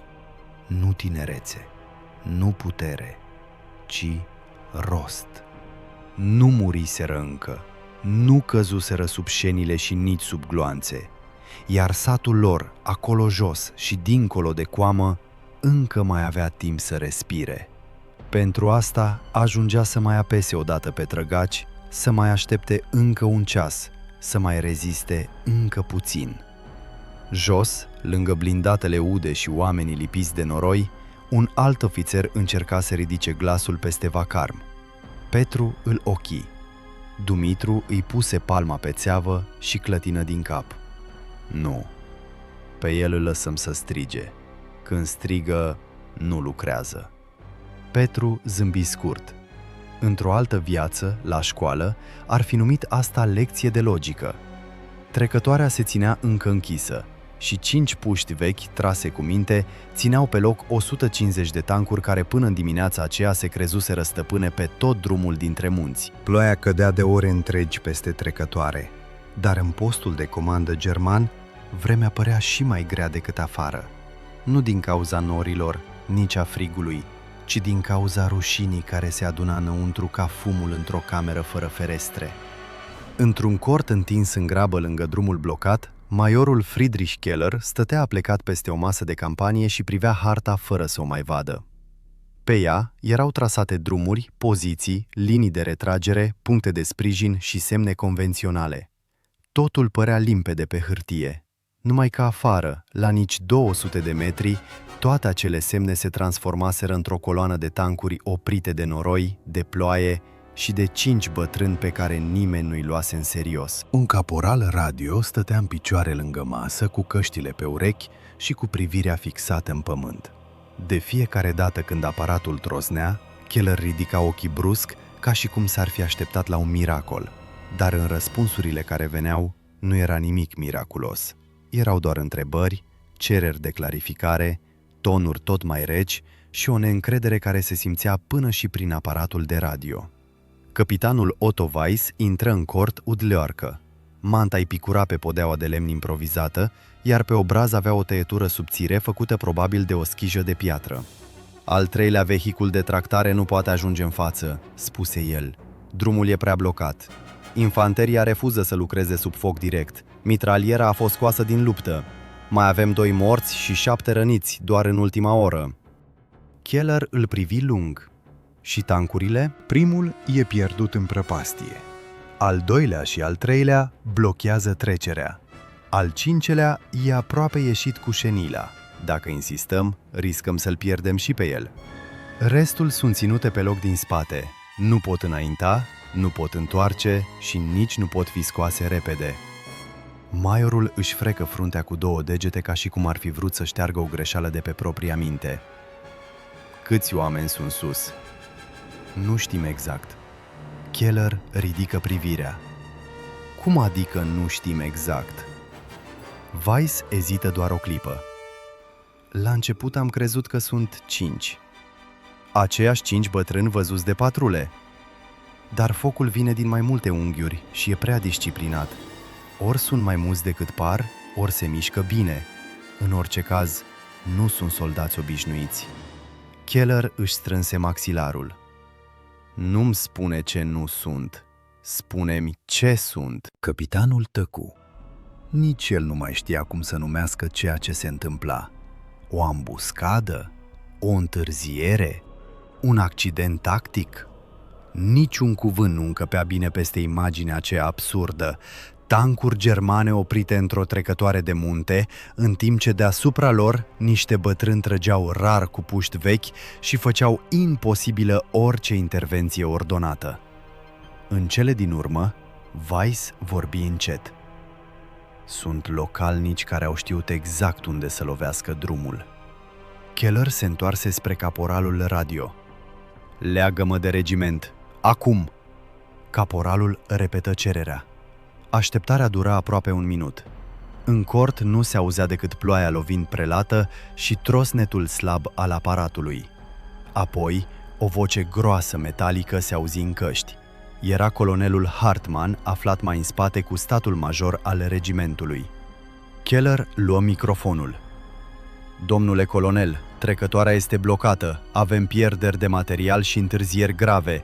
Solicit sprijin imediat și instrucțiuni pentru reorganizare. Vocea colonelului veni rece, disciplinată. Ce anume blochează trecătoarea? Maiorul simți pentru o clipă că îi se usucă gura. Un blindat pierdut în prăpastie, 2 blocate transversal și porțiunea de drum compromisă de ploaie și de o substanță alunecoasă întinsă deliberat de inamic. La celălalt capăt se lăsă o tăcere. Ce fel de substanță?" întrebă colonelul. Keller nu răspunse imediat. În spatele lui, Weiss închise ochii o clipă. Până și caporalul radio își ținu respirația. Bălegar de cal, domnule colonel, amestecat cu lut și apă. De data aceasta, tăcerea fu mai lungă. Repetați. Drumul a fost pregătit în prealabil cu bălegar și paie. Ploaia a transformat suprafața într-o pastă care nu ține șenilele. Primele blindate au intrat fără să observe capcana. Acum, accesul este blocat și oamenii noștri sunt ținuți sub foc de pe versant. Vocea colonelului își pierdu calmul pentru prima dată. Maiore Keller, înțelegeți ce-mi raportați? Înțeleg foarte bine, domnule colonel. Tocmai de aceea cer sprijin și permisiunea de a reconfigura coloana. Câți inamici aveți în față? Keller simți că fiecare răspuns îl afundă și mai mult. Confirmat vizual, 5, posibil mai mulți. Colonelul izbucni. 5 ce? 5 localnici în vârstă, înarmați cu puști. Cortul rămase nemișcat ca după un trăsnet. Nimeni nu se uita la Keller, dar toți auzeau. Caporalul radio nu mai îndrăznea să miște nici mâna. Weiss privea fix harta ca și cum liniile ei ar fi putut schimba realitatea. Colonelul vorbi din nou, de data aceasta tăios, aproape scuipând cuvintele. Îmi spuneți că o coloană blindată a fost oprită de 5 bătrâni și de bălegar? Keller răspunse fără ezitare. În clipa aceea nu mai avea de ales între rușine și adevăr. Rămăsese doar adevărul, oricât de ridicol ar fi sunat. Da, domnule colonel. Sunteți sigur că nu e vorba despre minare, despre sabotaj tehnic sau despre foc de artilerie ascuns? Nu, domnule colonel. Confirm vizual toate elementele. Capcana e improvizată, dar eficientă. Focul de sus împiedică orice intervenție rapidă. Vocea de la celălalt capăt se răci din nou. Rămâneți pe poziții. Trimit ordinul mai sus. Până atunci, nu pierdeți alte blindate. Și, maiore Keller? Da, domnule colonel. Sper pentru dumneavoastră să puteți dovedi fiecare cuvânt din acest raport. Legătura se întrerupse. Keller lăsă microfonul încet, de parcă obiectul însuși ar fi devenit greu de purtat. În fața lui, harta rămânea aceeași, dar sensul ei se schimbase. De acum, nu mai era doar o operațiune blocată, era un scandal militar în devenire. Un raport absurd care urma să urce de la regiment la divizie, de la divizie la corp și poate mai sus, tot mai sus, până unde absurditatea nu mai putea fi acoperită. Weiss îndrăzni să vorbească. Poate nu-l vor crede. Keller râse scurt, fără urmă de umor. Nici eu nu l-aș crede dacă mi l-ar citi altcineva. La nivelul regimentului, colonelul Hartmann nu jură imediat. Când primi raportul complet în față, îl citi de 2 ori, apoi chemă ofițerul de operații și îi ceru să verifice fiecare detaliu. Primul răspuns din teren confirmă tot, al doilea, la fel. O unitate de recunoaștere aflată mai în spate raportă că drumul este într-adevăr blocat, că un blindat a căzut în prăpastie și că focul de sus face imposibilă apropierea. Niciunul dintre cei întrebați nu folosi cuvântul ridicol, dar toți îl purtau în minte. Hartman știa prea bine ce înseamnă asta. Pierderea unor tancuri în luptă era gravă, dar acceptabilă. Întârzierea unei coloane importante într-un sector de retragere era primejdioasă. Însă a formula în documente oficiale că totul fusese provocat de 5 bătrâni și de bălegar însemna aproape să semnezi o farsă. Cu toate acestea, nu avea ce schimba. Dacă înlocuia adevărul cu o minciună și cineva descoperea realitatea, se termina. Dacă scria adevărul, risca același lucru. Dar armata se sprijinea pe lanțul rapoartelor, iar un lanț care minte se rupe. Așa că trimise mai departe. La divizie, generalul care primi raportul îl aruncă întâi pe masă convins că e o eroare de transcriere. Ceru confirmare. Ceru alte confirmări. Îi întrebă dacă nu cumva a fost vorba despre noroi de munte și foc partizan, nu despre ce scria acolo. I se răspunse că nu, că tocmai aceea era problema, că în teren oamenii folosesc deja cuvântul bălegar fără să mai știe cum să le evite în formulări oficiale.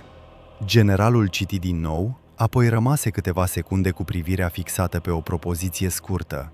Înaintarea coloanei a fost oprită de compromiterea deliberată a carosabilului și de focul executat de 5 localnici vârstnici.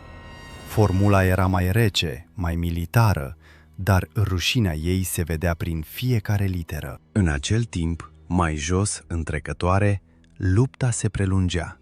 Dar deasupra tuturor acestor niveluri de comandă, ceea ce părea de neînchipuit începea să prindă contur administrativ.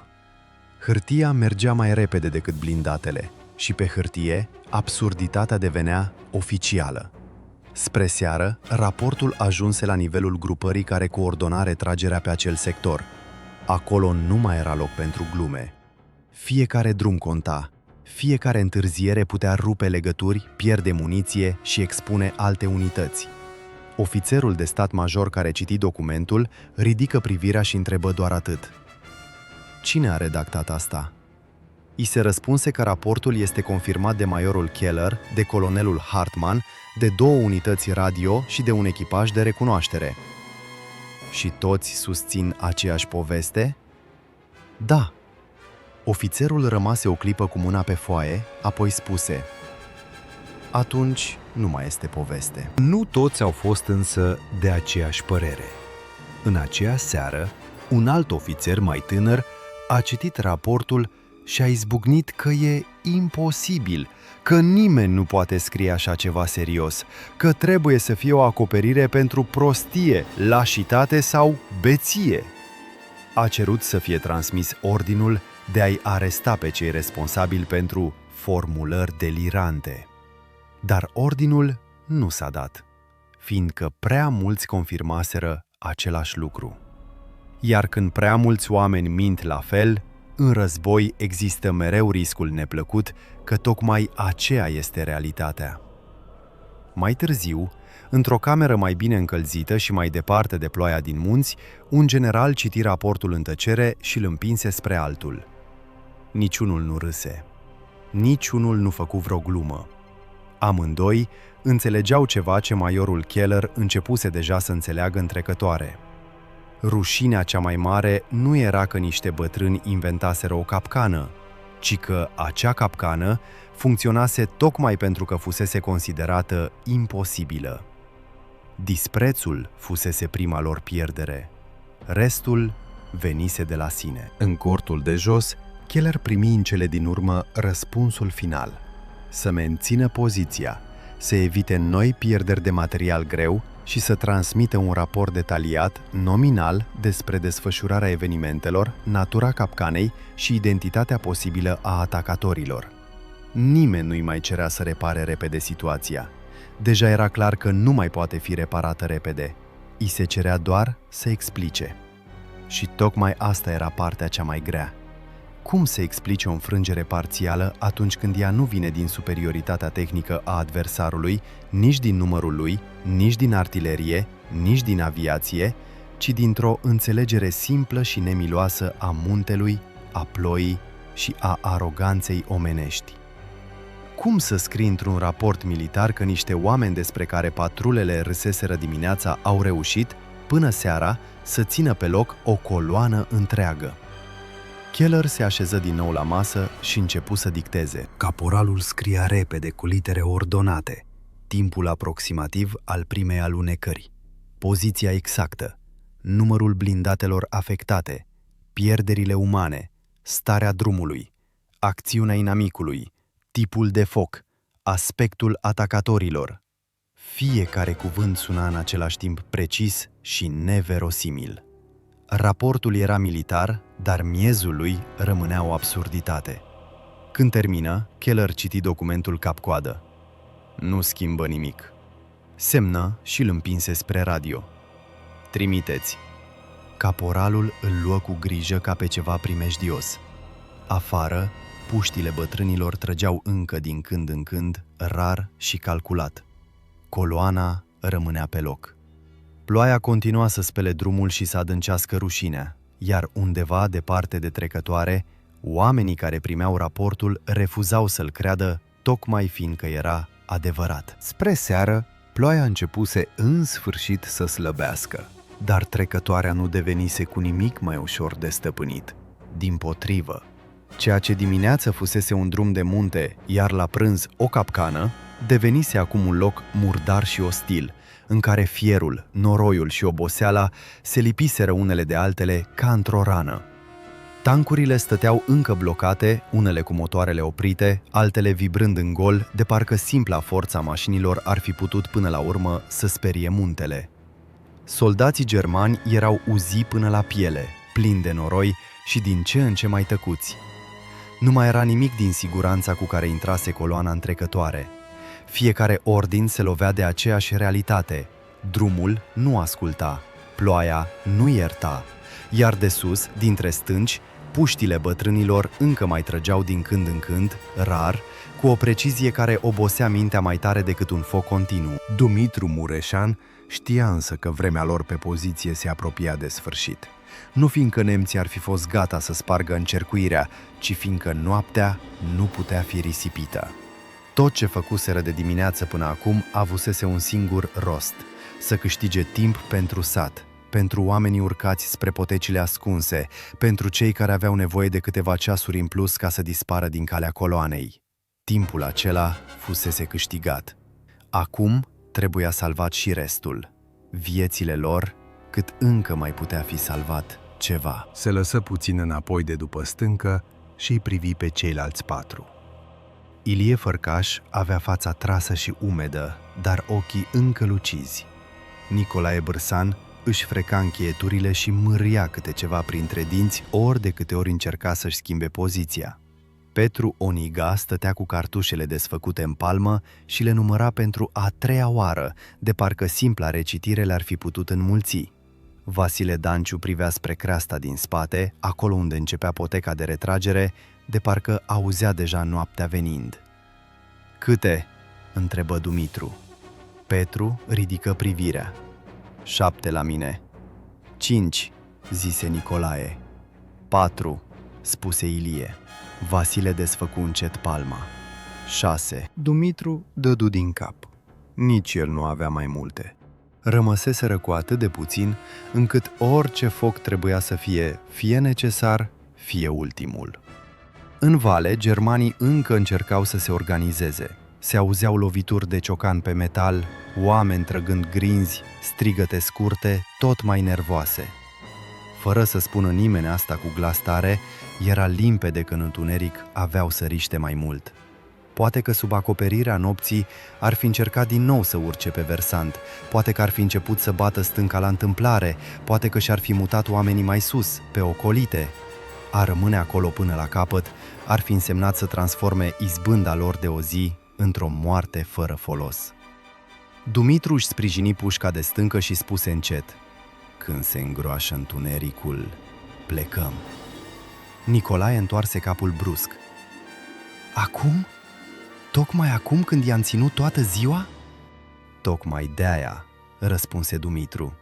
"I-am ținut toată ziua. Nu mai suntem aici pentru glorie, nici pentru încăpățânare. Ne ducem dacă mai avem minte." Nicolae ar fi vrut să spună ceva împotrivă, dar n-a spus. Adevărul avea uneori o tărie pe care nici cei iuți la fire nu o puteau sparge. Ilie se uită spre vale și zise: "Au început să împingă oameni pe brâul din dreapta. Nu mulți, dar dacă îi lăsăm până târziu, se pot apropia. Pe întuneric muntele nu ne ajută numai pe noi." Petru strânse cartușele în palmă și adăugă: "Satul e deja sus, dacă au ascultat." "Au ascultat," spuse Vasile. "Femeile din Valea Seacă n-au fost niciodată proaste." Această siguranță simplă îi liniști pe toți mai mult decât orice altceva.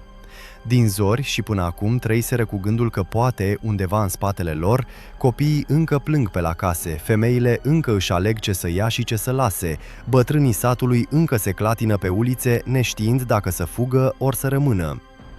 Dacă oamenii plecaseră, atunci lupta lor chiar avusese rost până la capăt. Mai jos, în trecătoare, majorul Keller primise și el noi ordine. Nu mai avea voie să împingă blindatele cu orice preț și să riște alte pierderi fără rost. I se cerea să securizeze zona, să identifice atacatorii și, dacă este posibil, să-i captureze. Ordinul suna rece, aproape simplu. Dar Keller, privind spre stâncile ude și spre drumul înnămolit, știa că simplitatea aceea exista doar pe hârtie. De unde să-i apuce? Cum să găsească niște oameni care cunoșteau fiecare muchie de piatră și fiecare cotlon de sub brazilor?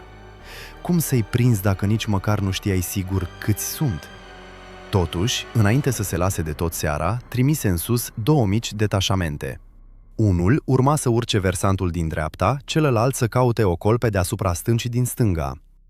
Nu mai era vorba de curaj, ci de umilința devenită încăpățânare. Dacă nu putea elibera drumul, măcar să pună mâna pe cei care îl închiseseră. Cei 5 bătrâni văzură mișcările aproape imediat. Nu pentru că soldații germani ar fi fost neîndemânatici, ci pentru că muntele, atunci când înveți să-l citești, îți arată totul înainte ca omul să se creadă ascuns. Ilie observă întâi crengile mișcate prea jos pe o pantă unde nu bătea vântul. Vasile zări mai sus o pată de culoare prea dreaptă ca să fie stâncă. Petru auzi sunetul slab al unei pietre pornite la vale sub o talpă grea. "Vin," spuse Ilie. Dumitru nu răspunse imediat. Privi cerul. Lumina se stingea repede, dar nu destul de repede. Mai aveau poate un ceas de claritate și încă unul de întuneric bun pentru plecare. Trebuia să-i țină la distanță până atunci. "Foc numai când îi vedeți bine," zise el. "Nu risipim nimic." Primii 2 germani care se apropiară pe versantul drept nu păreau soldați de infanterie obișnuită, ci oameni aleși tocmai pentru asta. Se mișcau atent, puneau mâna înainte de picior, priveau în sus la fiecare pas. Dar muntele nu era al lor. Când unul dintre ei ajunse aproape de o muchie de unde ar fi putut vedea poziția lui Nicolae, Petru trase. Glonțul lovi piatra la o palmă de capul omului. Nu-l nimeri, însă asta nici nu fusese neapărat ideea. Soldatul se lipi instinctiv de stâncă, iar cel din spatele lui se opri. În clipa aceea, Nicolae trase și el. Al doilea om căzu pe o parte, nu se știa dacă lovit ori speriat, dar destul cât să-l tragă înapoi și pe primul. Pe partea cealaltă, Vasile și Ilie nici măcar nu traseră imediat. Așteptară până când umbrele germane se apropiară de o brână îngustă, udă și plină de iarbă. Apoi, Vasile ținti deasupra lor și lovi o rădăcină groasă ieșită din mal. Pământul înmuiat de ploaie se rupse pe o porțiune scurtă, iar cei care urcau se pomeniră cu noroi, pietre și apă curgând peste ei. Nimeni nu murise, dar niciunul nu mai avea chef să urce. Strigătele lor coborâră în vale și, pentru o vreme, ambele încercări se opriră. Când întunericul se lăsă de tot, părea că muntele a înghițit trecătoarea. Jos se mai vedeau doar lumini slabe, felinare ferite sub pelerine sau în cabine. Uneori, câte o lanternă se ridica spre versanți și desena pentru o clipă muchii ude de stâncă, apoi dispărea. Ploaia se rărise, dar de undeva din pădure venea o ceață joasă care încurca și puțina lumină rămasă. Era vremea potrivită. Dumitru îi chemă aproape pe ceilalți. Acum ascultați bine. Nu vorbim mult pe drum, nu mergem grămadă, Ilie în față, că știe unde e piatra bună și unde e pământul rupt. Vasile închide că aude cel mai bine. Dacă se trage, nu răspundem decât dacă n-avem încotro. Dacă unul cade și se poate ridica singur, merge mai departe. Dacă nu, ceilalți nu se opresc ca proști în mijlocul potecii. Ați înțeles? Toți dădură din cap. Nu erau vorbe crude, ci vorbe de oameni care știau că noaptea în munți nu iartă slăbiciunea sentimentală. Petru își strânse mai bine pătura peste umeri. Și urmele? Ilie răspunse în locul lui Dumitru. O să spele ceața și umezeala destul din ele. Restul le încurcăm noi. Au mai tras de 2 ori înainte să plece. Nu din nevoie, ci ca să-i facă pe germani să creadă că pozițiile sunt încă ocupate și că cei de sus nu bănuiesc nimic. Apoi, unul câte unul, s-au retras din spatele stâncilor și au pornit pe brâul îngust care cobora în spatele crestei. Niciunul nu s-a uitat înapoi la început. Nu din nepăsare, ci fiindcă fiecare pas cerea toată atenția. Poteca era udă, abruptă și plină de rădăcini. În întunericul acela, fiecare om mergea mai mult cu memoria trupului decât cu ochii. Ilie deschidea drumul, atingând din când în când piatra cu palma, ca și cum ar fi recunoscut-o. Vasile venea ultimul și asculta. Din când în când, toți se opreau câte o clipă, nu pentru odihnă, ci ca să audă dacă se ia cineva după ei. Dar jos în vale, confuzia încă lucra pentru ei. Germanii vedeau doar că focurile încetaseră sau veneau prea rar. Nu știau dacă bătrânii își schimbaseră poziția, dacă pregătesc altă capcană sau dacă îi așteaptă mai sus. Frica îi făcea prudenți. La o răspântie de potecă, Ilie se opri și arătă spre o porțiune de pădure tânără. Pe aici nu mergem, lasă urme, coborâm prin pârâu. Nicolae îl privi cu neîncredere. Prin apă? Prin apă. Dacă vrei să ne găsească, lasă-ți urmele în nămol. Au intrat în albia îngustă a pârâului și au mers împotriva apei pe pietre ude și alunecoase. Era greu, rece și primejdios, dar urmele se pierdeau. Petru aproape căzu odată și Dumitru îl prinse de braț înainte să se izbească de o stâncă. Nimeni nu spuse nimic. Respirațiile lor scurte și grele ajungeau. Mai jos, după aproape un ceas, părăsiră apa și urcară din nou printr-o pădurice de molid. De acolo, trecătoarea nu se mai vedea. Se auzea doar ca un murmur îndepărtat de motoare și strigăte răzlețe. Parcă tot ce se întâmplase peste zi era acum într-o altă lume. Dar în trupurile lor totul rămânea. Frigul, oboseala, durerea și încăpățânarea care îi purtase până acolo. Între timp, în trecătoare, detașamentele trimise de Keller ajunseseră în sfârșit până la stâncile de unde trăseseră bătrânii. Au găsit acolo doar urme de coate în noroi, câteva tuburi ude, un colț de pânză prins într-un jneapăn și o piatră încă mirosind a pulbere. Niciun om, niciun mort, nici o armă lăsată în urmă. Doar golul umed al unui loc din care cineva plecase la timp. Ofițerul care urcase primul privi în jur neîncrezător și coborâ să raporteze. Când ajunse la Keller, era aproape jignit de ceea ce trebuia să spună. Domnule major, poziția a fost abandonată. Câți?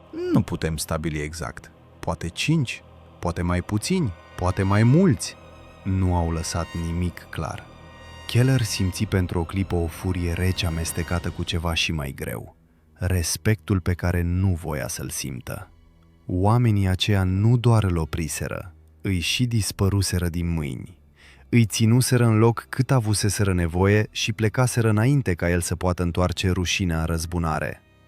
Căutările au continuat toată noaptea. Patrule au fost trimise în pădure, pe poteci, spre stânele părăsite, spre 2 poieni și 3 gospodării izolate. Au găsit urme false, poteci rupte, pași amestecați și locuri unde cineva intrase în apă tocmai ca să lase pământul mut. N-au găsit oameni. Până în zori, nimeni nu mai știa dacă îi caută pe 5 bătrâni, pe o unitate partizană sau pe însăși umbra muntelui. Iar când mult după aceea germanii au reușit în sfârșit să curețe trecătoarea suficient cât să se strecoare mai departe, drumul pe care îl găsiră dincolo nu mai ducea la o pradă ușoară. Satul Valea Seacă era aproape gol. Câteva animale scăpate, uși trântite de vânt, cenușă rece în sobe și o liniște de loc părăsit în grabă. Timpul fusese câștigat, exact atât cât trebuia. Când au găsit în sfârșit trecătoarea, bătrânii nu mai erau acolo de mult. Rămăseseră numai stâncile, urmele ploii și rușinea unei armate întregi care ajunsese prea târziu. După război, în munți a rămas mai întâi liniștea.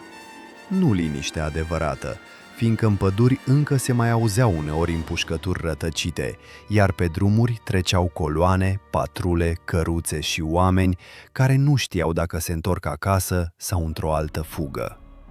Dar pentru Valea Seacă, liniștea a avut altă greutate. Era liniștea celor care scăpaseră și încă nu îndrăzneau să spună cu glas tare că au scăpat. Satul coborâse încet din munte. Femeile reveniseră primele, cu copiii de mână și cu ochii încercând să recunoască din mers ce mai rămăsese din gospodării. Apoi veniseră și bătrânii care nu putuseră urca mult și fuseseră ținuți ascunși mai jos. Oamenii se întorceau unul câte unul, ca și cum s-ar fi temut că prea multă grabă ar putea strica minunea. Casele nu arseseră. O parte din animale erau încă în sat. Altele se rătăciseră prin poieni și au fost aduse înapoi după câteva zile. Hambarele fuseseră deschise pe aici pe colo, dar nu golite. Nemții ajunseseră prea târziu, prea obosiți și prea înfuriați de ceea ce li se întâmplase pe trecătoare ca să mai poată face tot răul pe care îl aveau în minte. Oamenii din Valea Seacă au înțeles atunci, fără să le spună nimeni, că uneori câteva ore pot valora cât o viață întreagă. Nu trebuise să-i învingă, trebuise doar să-i întârzie exact atât cât să nu mai poată coborî asupra satului ca peste o pradă. Cei 5 bătrâni au coborât și ei, dar nu împreună și nu în văzul tuturor. Asta se petrecuse abia în a 3-a zi după plecarea din trecătoare. Timp de 2 nopți, dormiseră puțin și prost prin stâne părăsite, prin adăposturi de lemn și sub cerul încă ud. Mâncaseră brânză tare, coajă de pâine și mere păstrate prin desagi. Se mișcaseră numai la ore când muntele nu-i dădea de gol și ascultaseră mult înainte să calce. Deși nemții nu mai aveau puterea de la început, trimiseseră patrule, întrebaseră prin satele din vale și lăsaseră în urmă destulă frică încât nimeni să nu poată spune ce știe fără să tremure. Tocmai de aceea cei 5 nu se întorseseră ca niște eroi, ci ca niște oameni care încă nu voiau să atragă asupra satului nicio nenorocire în plus. Dumitru a intrat în curte la asfințit, sprijinindu-se mai tare decât de obicei în baston. Soția lui l-a văzut prima și n-a alergat spre el, de parcă se temea că dacă l-atinge prea repede, s-ar putea risipi ca un om apărut din ceață. A rămas în prag o clipă cu mâinile strânse pe șorț, apoi a început să plângă fără zgomot. Dumitru nu i-a spus nimic măreț. Nu i-a povestit cum a stat, cum a tras, cum a văzut tancul căzând. I-a spus doar atât. N-au ajuns la timp. Și pentru amândoi, asta a fost de ajuns. La fel s-a întâmplat și cu ceilalți. Nicolae Bârsan a venit acasă ud, murdar și cu o rană urâtă pe mână, făcută nu de glonț, ci de o piatră ascuțită pe care căzuse noaptea. Ilie Fărcaș a ajuns ultimul, nu fiindcă s-ar fi rătăcit, ci fiindcă lăsase în urmă urme false și mersese încă un ocol numai pentru a fi sigur că nimeni nu-i urmărește. Petru Oniga s-a oprit mai întâi la biserică și a stat o vreme în pridvor fără să intre. Iar Vasile Danciu a apărut cu o oaie rătăcită după el, de parcă venise dintr-o zi obișnuită de munte, nu dintr-o capcană în care o întreagă coloană blindată își pierduse mintea. În primele zile, nimeni din sat n-a povestit nimic străinilor. Nici nu era nevoie. Se știa doar ce trebuia să se știe. Că nemții au fost opriți sus, că drumul le-a stat împotrivă și că bătrânii noștri au ținut piept până când satul a putut fugi și trăi. Restul rămânea între oameni. În serile reci de după aceea, când femeile frământau pâinea și bărbații puțini care mai erau încercau să repare garduri, se mai spuneau pe jumătate de glas bucăți de adevăr. Că primul tank s-a dus ca o piatră mare în hău.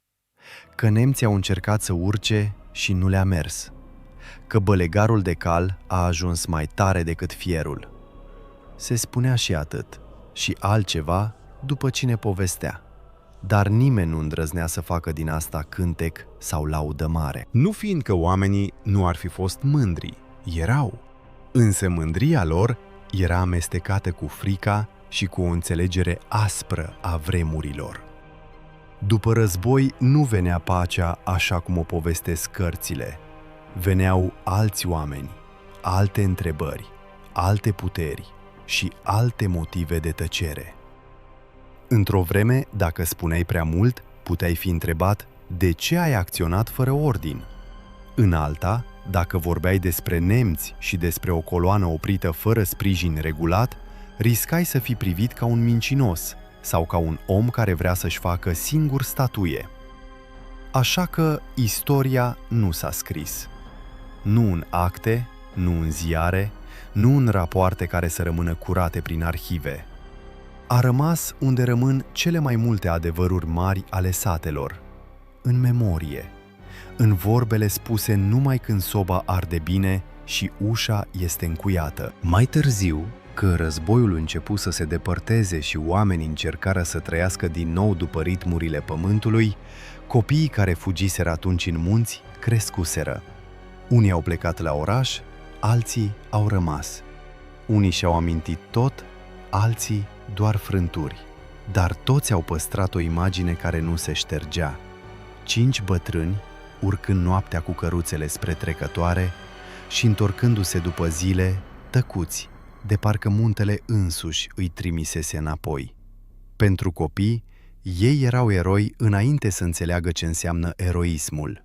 Pentru femeile care îi așteptaseră, erau bărbați care făcuseră ceea ce trebuia, nimic mai mult, nimic mai puțin.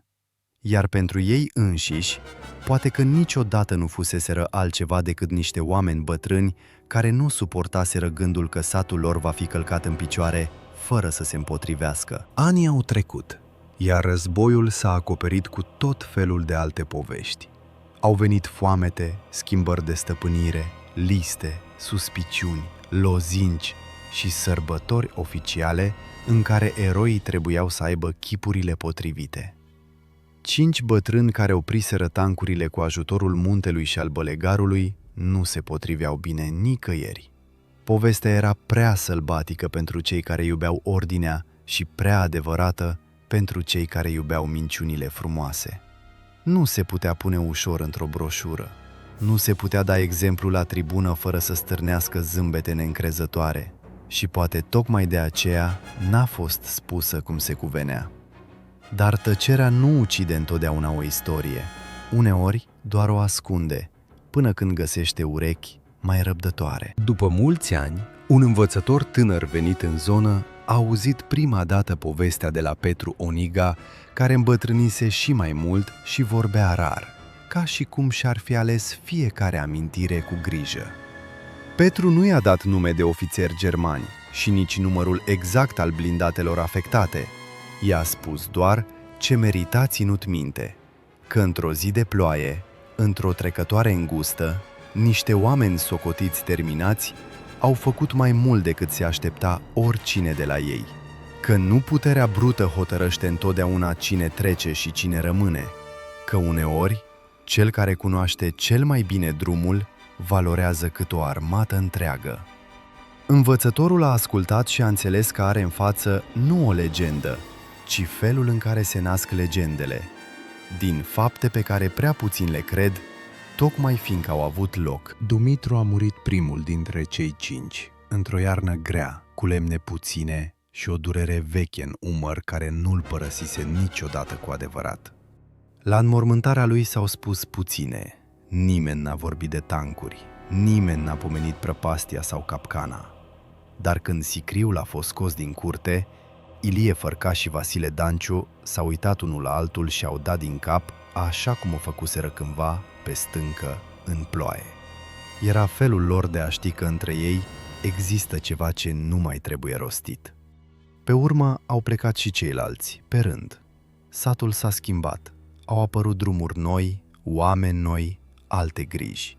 Și totuși, din când în când, când ploua greu peste munte și noroiul mușca din poteci, câte un bătrân din Valea Seacă mai spunea unui nepot sau unui vecin venit de la oraș: să nu râzi niciodată de omul care își cunoaște locul. Tancul e mare, dar muntele e mai vechi. Cine voia, înțelegea, cine nu, zâmbea și mergea mai departe. Așa se pierd și așa se păstrează istoriile. Poate că tocmai asta e partea cea mai adevărată din tot ce s-a întâmplat atunci. Nu faptul că niște blindate au alunecat, nu că un drum a devenit capcană, nici măcar că 5 puști vechi au ținut pe loc o coloană întreagă, ci faptul că cei care au făcut-o nu au cerut nimic pentru ei. Nici medalie, nici rang, nici măcar dreptul de a fi crezuți pe loc. Au vrut doar să-și vadă satul în picioare după ce se termină totul. Și l-au văzut. De aceea istoria aceasta n-a fost spusă cum ar fi trebuit, fiindcă lumea iubește mai mult victorii curate, cu nume sonore, cu uniforme frumoase și explicații simple. Dar războiul adevărat rare ori arată așa. Uneori are miros de ploaie, de noroi, de fum și de grajd. Uneori e dus de oameni bătrâni care nu mai au nimic de dovedit lumii, dar încă au ceva de apărat. Iar când asemenea oameni hotărăsc să se împotrivească, chiar și 150 de tancuri pot ajunge prea târziu. Și poate tocmai de aceea povestea lor merită spusă acum. Nu ca să pară imposibilă, ci ca să ne amintim că cele mai mari lucruri nu se nasc întotdeauna din putere, ci din încăpățânare, pricepere și dragostea aceea tăcută pentru un petic de lume pe care nu vrei să lași nimănui.